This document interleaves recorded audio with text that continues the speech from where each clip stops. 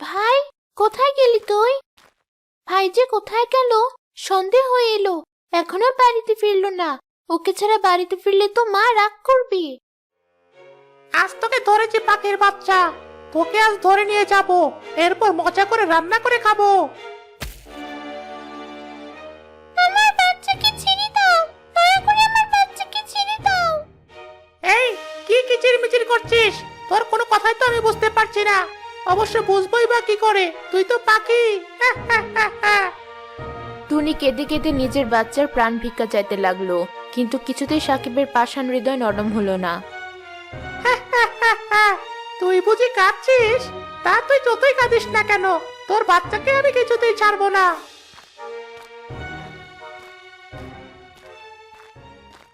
সাকিব, এ কি করছিস তুই? ছানাটাকে তো কষ্ট দিচ্ছিস কেন? ছেড়ে দে বলছি। একে বলছিস আপু? এই চারাটা খেতে খুব ভালো হবে। এখনই ছেড়ে দে বলছি।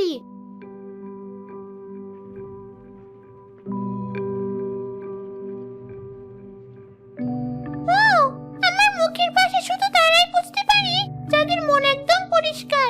তাই আমি জানি তুমি আমার কথা বুঝতে পারছো। ঠিক তাই টুনি, আমি তোমার কথা বুঝতে পারছি। আমি তোমার প্রতি জীবনভর কৃতজ্ঞ থাকবো মো। তোমার কারণে আমার ছানা আজ বেঁচে গেল। তুমি ভালো থেকো। তুমিও তোমার ছানাকে নিয়ে ভালো থেকো। বিদায়। মৌ টুনিকে বিদায় দিয়ে সাকিবের হাত ধরে টানতে টানতে বাড়িতে নিয়ে গেল। কে রে মৌ, আজ আবার সাকিব কোনো পাখির ক্ষতি করে এসেছে নাকি? সব সময় তোমার চোখে খালি আমার ভুলই ধরা পড়ে মা। তোমার মেয়ে বুঝি খুব ভালো, সে তো সব সময় আমাকে শাসন করতেই থাকে। আমি তো বড় বোন, শাসন তো করতেই পারি। সব সময় তুই আমাকে শাসন করতে পারিস না, ভুলে যাস না আমিও বড় হয়েছি। সাকিব, বলেছি না বড় বোনের সাথে তর্ক করা যাবে না। যাও, হাত মুখ ধুয়ে পড়তে বসো। সবাই মিলে শুধু আমাকেই বকবে, আমাকেই বকো। সাকিব পড়তে চলে গেল।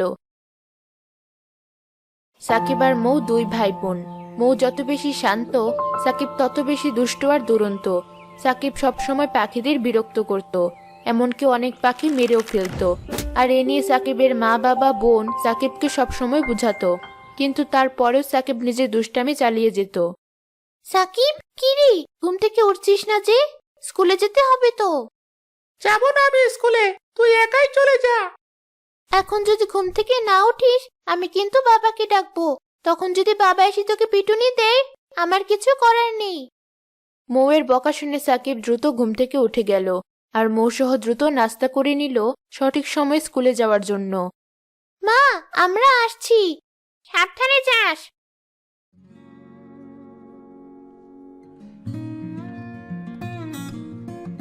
মৌ আর সাকিব স্কুলে একই পথ দিয়ে যাচ্ছিল, কিন্তু হুট করে সাকিব অন্য পথে যেতে লাগলো। কি রে সাকিব, এই পথে কেন যাচ্ছিস? আমরা তো প্রতিদিন এই পথে স্কুলে যাই। এটা আমার ইচ্ছে হয়েছে, আমি আজ এই পথেই যাব। কিন্তু সাকিব, এটা তো জঙ্গলের পথ। এই পথে গেলে তোর ক্ষতিও হতে পারে।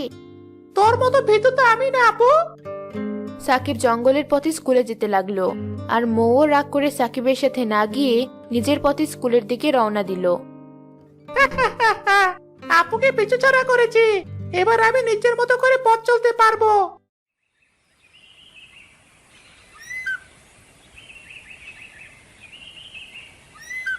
এটা কিসের ডাক? মনে তো হচ্ছে কোনো পাখির ডাক, কিন্তু কোন পাখি চিনতে পারছি না তো। আচ্ছা দেখি তো, এই পাখির ডাক অনুসরণ করে এগিয়ে যাই। সাকিব এগিয়ে গিয়ে দেখে খুব সুন্দর এক পাখির বাচ্চার পায়ে কাঁচ বিঁধে যাওয়া এসে কাঁদছে। সে পাখির বাচ্চা মানুষের সাথে কথা বলতে পারত।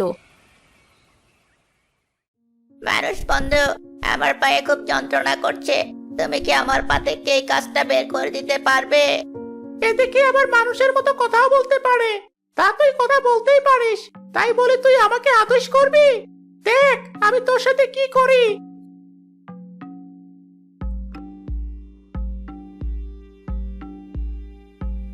কি, তুমি আমার গলায় দড়ি বাঁধছ কেন? আমি কি করেছি? তোর তো সেটাই যে তুই আমাকে আদেশ করেছিস, এবার তোকে আমি শাস্তি দেব। সাকিব সে পাখিকে টেনে হিচড়ে সেখান থেকে নিয়ে যেতে লাগলো, আর পাখির বাচ্চাটা কাঁদতে লাগলো। আমাকে ছেড়ে দাও মানুষ বন্ধু, আমার খুব ব্যথা লাগছে, আমাকে ছেড়ে দাও। তোকে কি ছেড়ে দেওয়ার জন্য আমি ধরেছি? তুই তো মানুষের মতো কথা বলতে পারিস, তাই আমি এবার তোকে নিয়ে ইচ্ছে মতো মজা করবো। সাকিব যখন পাখির বাচ্চাটিকে ছেঁচড়ে নিয়ে যাচ্ছিল তখন একটা কাঁটা পাখির বাচ্চার চোখে বেঁধে যায়। এতে পাখির বাচ্চাটির চোখ বেয়ে রক্ত ঝরতে থাকে। আমি আর সহ্য করতে পারছি না, আমি খুব কষ্ট পাচ্ছি।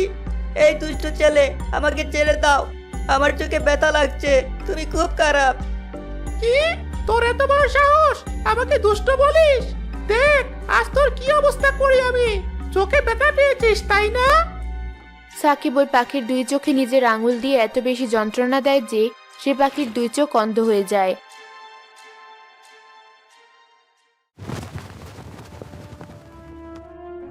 এ কি ছানা, তোর এই দুরবস্থা কে করলো? তোর চোখ দিয়ে তো রক্ত পড়ছে। এই ছেলেটা মা, এই মানুষের দুষ্ট ছেলে আমার এই অবস্থা করেছে।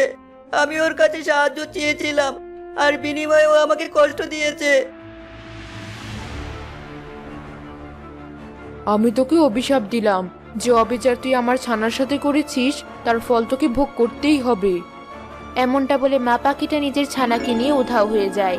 তখনই সাকিব বুঝতে পারে যে ওই পাখি জাদুর পাখি ছিল। আরে এত উধাও হয়ে গেল, তার মানে এরা জাদুর পাখি ছিল। এরা যদি আমার কোনো ক্ষতি করে? সাকিব ভয় আর স্কুলে না গিয়ে নিজের বাড়ির পথে রওনা দিল। তখনই একটা সাপ সাকিবের সামনে এলো। আরে সাপ কোথা থেকে এলো? এই সাপ, আমার সামনে থেকে সরে যা বলছি। সাকিব ভয় থরথর করে কাঁপতে থাকলো। সে কাঁপতে কাঁপতে সেখানে জ্ঞান হারিয়ে পড়ে গেল। সারাদিন গড়িয়ে বিকেল হয়ে এলো। মৌ স্কুল শেষে বাড়ি ফিরে এলো। মা জানো, আজ সাকিব স্কুলেই যায়নি। কি বলছিস? স্কুলে যায়নি মানে? কিন্তু ও তো বাড়িতেও নেই। বাড়িতে নেই মানে? তাহলে ও কোথায়? হে বিধাতা, আমার ছেলেটা ভারী দুষ্ট। ওর আবার কিছু হলো না তো? এসব বলো না মা, তুমি আমার সাথে চলো। আমরা দুজনে মিলে ঠিক তাকে খুঁজে বের করব।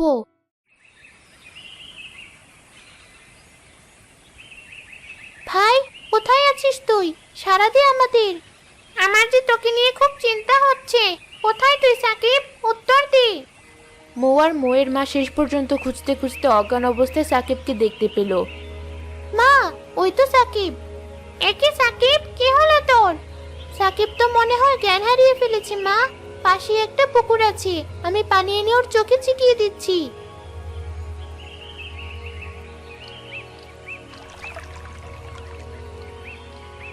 মা, সাকিবের জ্ঞান ফিরে আসছে। সাকিব, তুই ঠিক আছিস তো? মা, বোন, কোথায় তোরা?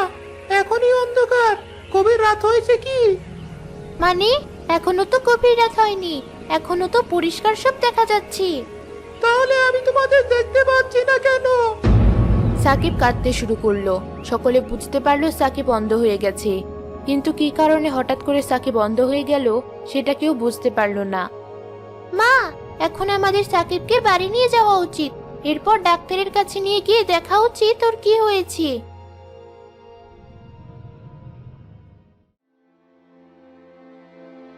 দিনের পর দিন যেতে লাগলো, মাসের পর মাস কেটে গেল। সাকিবের চিকিৎসা চলতে লাগলো, কিন্তু কোনো ডাক্তারই সাকিবের অন্ধ হওয়ার কারণ বলতে পারলো না। সাকিবের চোখ ভালো হওয়ার চিকিৎসাও দিতে পারলো না। আমি তো কিছুতেই বুঝতে পারছি না সাকিবের কেন এমন হলো। আমি কি আর কখনোই তোমাদের দেখতে পাবো না? এত কষ্ট আমি সহ্য করতে পারছি না। কাঁদিস না ভাই, আমি তো আছি। আমি কোনো না কোনো উপায় ঠিক বের করব। আচ্ছা ভাই, আমি স্কুলে চলে যাওয়ার পরে তুই জঙ্গলের পথে গেলি, এরপর সেদিন ঠিক কি কি হয়েছিল আমাকে একটু খুলে বলতে পারবি? সব বলছি বোন। সাকিব সেদিনের সব ঘটনা একে একে মৌকে খুলে বলল। সব শুনে মৌ বুঝতে পেরে গেল সাকিবের সাথে যা হয়েছে তা ওই জাদু পাখির অভিশাপে হয়েছে। ভাই, আমি তোকে বারবার বলেছিলাম অবলা প্রাণী পাখিদের আঘাত করিস না, ওদের কষ্ট দিস না। দেখলি তো ওদের কষ্ট দিতে গিয়ে তোর কি অবস্থা হলো। তাহলে কি আমাকে সারা জীবন অন্ধ হয়ে থাকতে হবে? বোন, কিছু একটা কর। আমি এভাবে আর থাকতে পারছি না। আমি তোকে কথা দিচ্ছি, এরপর আর কখনো কোনো পাখির ক্ষতি করব না। মন থেকে বলছিস তো? হ্যাঁ, আমি মন থেকে বলছি। বেশ, আমি যাচ্ছি ওই জাদুর পাখিকে খুঁজে বের করতে। ওই জাদুর পাখি পারবে তোকে তোর অন্ধত্ব থেকে বাঁচাতে। মৌ জঙ্গলের এদিক সেদিক সে জাদুর পাখিকে খুঁজতে থাকলো।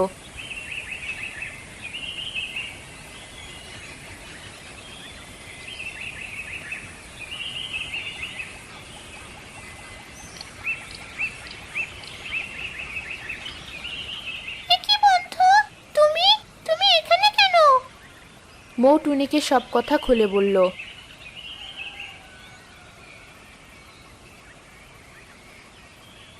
তুমি চিন্তা করো না, আমি এখনই তোমাকে সেই জাদুর পাখির কাছে নিয়ে যাচ্ছি।